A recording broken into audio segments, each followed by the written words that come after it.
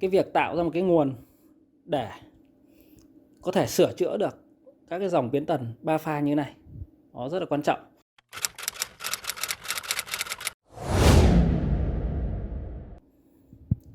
Chào các bạn nhé.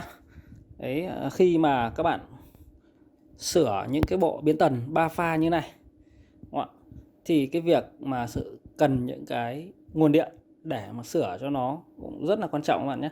Thì nếu các bạn sử dụng nguồn 3 pha đấu thẳng vào đây, có nguồn 3 pha đấu thẳng vào các cái chân vào của biến tần để chúng ta test thì lúc này ấy, nó rất là nguy hiểm, bởi vì cái điện 3 pha này khi mà chúng ta xông vào mà các cái bo công suất của nó mà nó lỗi, hay là các cái phần điều khiển nó chập, thì nó sẽ gây ra cái hiện tượng là có thể cháy nổ, hoặc là có thể là nguy hiểm đến cái quá trình sửa chữa, nguy hiểm đến cái người sửa chữa, thợ. Đó, thì cái việc tạo ra một cái nguồn để có thể sửa chữa được các cái dòng biến tần 3 pha như này nó rất là quan trọng. Đấy, thì với những cái biến tần 3 pha thì thông thường ấy, đây, ví dụ như con này nó sử dụng trong công nghiệp, đó là một cái bộ biến tần bơm. Đấy, khi mà các bạn sửa chữa nó thì các bạn cần cấp nguồn cho nó để mà test, đúng không? Thì với cái nguồn mà các bạn tạo ra, cái nguồn DC từ cái nguồn một chiều, nguồn một pha như thế này, thì biến tần nó sẽ báo lỗi nếu như mà cái điện áp của chúng ta nó không đủ. Ví dụ như các bạn dùng cái nguồn một pha, đúng không, 220, khi các bạn chỉnh lưu hai nửa chu kỳ và dùng tụ, đúng không, chúng ta lọc thì sẽ được cái nguồn khoảng 300V DC, khoảng hơn 300V một chút. DC chúng ta cấp vào đây nó sẽ báo điện áp thấp. Đấy, chính vì vậy mà chúng ta cần có một cái nguồn bút như này. Đấy, thì đây là cái nguồn mà mình đã chế nó ở trong cái hộp như thế này. Đấy, thì đây nhá, mình sẽ cắm thử để các bạn thấy này. Đây là nguồn một pha nhá, thì chúng ta cắm vào. Đấy. Đấy, để các bạn thấy là chúng ta có thể test được hay không. Đấy, các bạn bật lên. Đấy, các bạn sẽ thấy nó chạy nhá. Và ở trên cái bảng điều khiển của nó đây, cái bảng này nó là bảng LED thôi, nó đang nháy đỏ có nghĩa là đang lỗi. Và nếu như có cái tool cắm vào thì nó sẽ báo cái lỗi là điện áp thấp. Đấy. Thì bây giờ khi mà các bạn chế một cái bộ nguồn, chúng ta sẽ bút nó lên khoảng độ 600V, tức là nhân áp lên, là chỉnh lưu bằng nguồn một pha nhưng mà sử dụng thêm tụ này, và chúng ta nhân áp lên, đúng không ạ? Thì các bạn sẽ tăng được cái điện áp lên gấp đôi để cho cái biến tần hết báo lỗi. Thì ở đây nhá, ví dụ như chúng ta ấn reset này, đấy, nó không hết được lỗi, đúng không? Thì bây giờ ta ấn cái nguồn này lên, đấy, thì ngay lập tức các bạn thấy là nó đã hết báo lỗi nhé. Đấy, bây giờ nhé, nó đã hết báo lỗi rồi. Và như vậy là cái nguồn ta đã đủ để các bạn có thể test được cả cái phần công suất, cả cái phần mà điều khiển.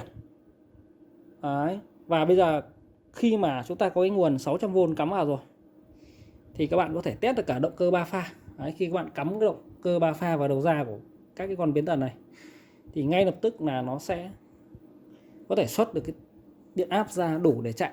Nhưng mà cái động cơ của chúng ta nhỏ thôi các bạn nhé. Nếu các bạn test cái động cơ mà lớn quá, đúng không? Chúng ta muốn test dòng của động cơ thì sau khi mà các bạn test cái phần điều khiển nó ngon lành ok rồi, các bạn đấu đầu vào đầu ra bằng điện 3 pha thì lúc ấy nó đỡ nguy hiểm và nó lại đáp ứng được cái phần tải. Đấy, như này thì khi mà kiểm tra sửa chữa bo mạch trên các cái biến tần công nghiệp như này, đúng không? Nó rất là thuận tiện và nó đỡ đi cái phần nào nguy hiểm.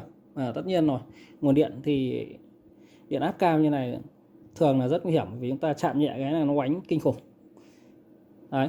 Và một cái chú ý trong quá trình sửa chữa các cái biến tần đó là các bạn chú ý cái điện, những cái tụ nhé, những cái tụ lớn này, khi mà bạn tắt đi rồi ấy, nó có thể tích trữ cái điện ở trên này rất là lâu.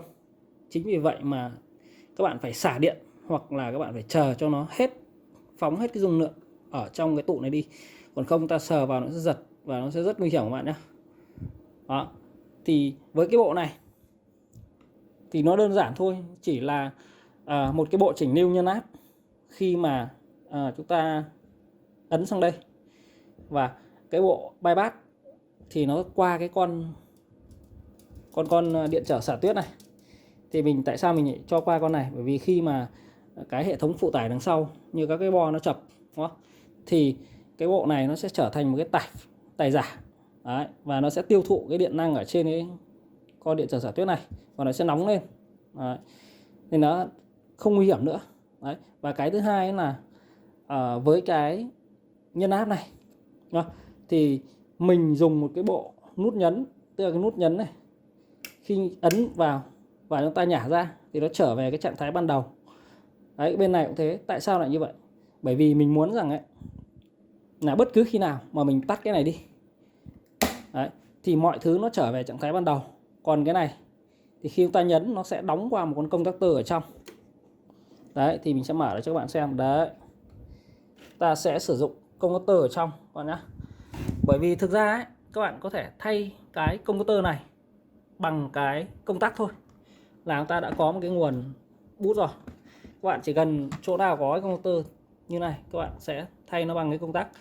Đấy, nhưng mà thay vì mình làm cái công tắc thì mình sẽ làm qua trung gian như vậy, và mặc định là cái công tắc này nó sẽ ở cái trạng thái là luôn luôn tắt, đúng không? Để khi mà bất kỳ khi nào bạn tắt đi thì công tơ này nó nhả ra thì nó sẽ không có tác dụng. Tức là đề phòng cái lúc mà mình sẽ quên, đúng không? Mình sẽ quên và quên cái công tắc. Nếu mà công tắc các bạn bật lên, nó giống công tắc đèn ấy, khi các bạn bật lên các bạn có thể quên. Nhưng mà với công tắc tự reset này, nó chỉ đóng một cái nó nhả thôi. Đấy, nên là khi mà mình cắt nguồn đi thì nó sẽ tự động nhảy về cái mức điện áp thấp và qua tải. Đó, nó cũng bớt đi một cái phần nguy cơ cho cái sự mất an toàn.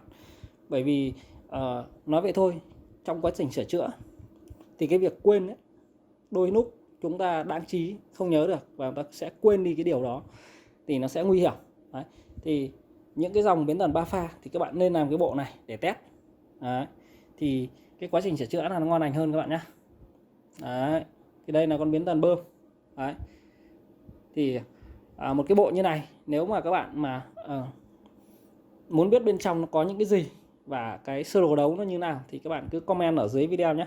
Thì mình sẽ làm một cái video khác, nếu mà đủ những cái người mà yêu cầu ấy, thì mình sẽ làm một cái video riêng về cái bộ này, từ cái cách đấu nối rồi các cái linh kiện bên trong. Đấy, thì để cho các bạn có thể nếu mà thích sửa, đúng không? Hay các bạn mà thích hoặc vạch chẳng hạn. Đó, sửa các cái biến tần như này. Đó, thì mình sẽ làm cái video đó rất là chi tiết. Đấy, cảm ơn các bạn đã theo dõi video.